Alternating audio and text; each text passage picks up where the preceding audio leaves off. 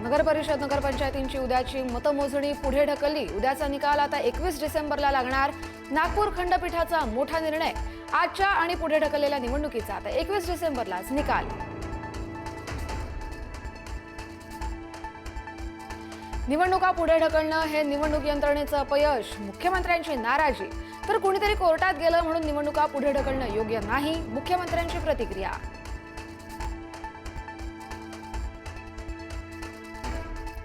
महाराष्ट्रात नगरपरिषद निवडणूक घोळ। केंद्रीय निवडणूक आयोगाकडून गंभीर दखल। राज्य निवडणूक आयोगाकडून मागवणार अहवाल। केंद्रीय निवडणूक आयोगाचे निरीक्षक राज्यात येण्याचीही शक्यता।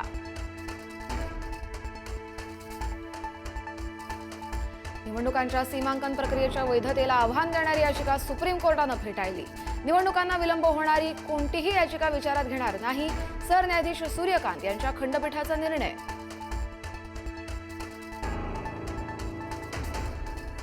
एकनाथ शिंदे मालवणात आले, येताना बॅगेत काय आणलं? व्हिडिओ पोस्ट करत संजय राऊतांचा सवाल।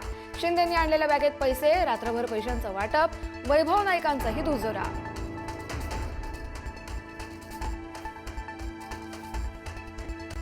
रायगडच्या महाडमध्ये शिवसेना आणि राष्ट्रवादीमध्ये राडा। शिवसेनेच्या विकास गोगावलेंवर हल्ल्याचा प्रयत्न झाल्याचा आरोप। राड्यात वाहनांचंही मोठं नुकसान।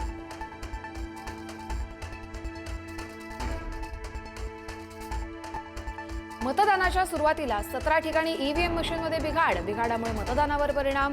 अनेक ठिकाणी 15 ते 20 मिनिटं उशिरानं मतदान सुरू। राज्यात निवडणुकीआधी काही ठिकाणी पैशांचं वाटप झाल्याचा आरोप। चंद्रपूर, मालवण, राजूर आणि बीडमध्ये पैसे वाटल्याचा व्हिडिओ व्हायरल। खामगावमध्ये 50,000 जप्त, तर धुळ्यात 47,000ची रोकड फेकून एक जण फरार। मतदान केंद्रात आमदार संतोष बांगरांकडून गोपनीयतेचा भंग झाल्याचा आरोप। ईव्हीएम मशीनजवळ मोबाईल नेण्यास बंदी असतानाही व्हिडिओ शूट। मतदान कक्षातच बांगरांकडून घोषणाबाजी। बुलढाण्यात प्रभाग क्रमांक 15 मधील शाळेत 3 बोगस मतदार पकडले। संशय आल्यानं नागरिकांनी संबंधित अधिकाऱ्यांना दिली माहिती। मतदान करण्याआधीच प्रकार लक्षात।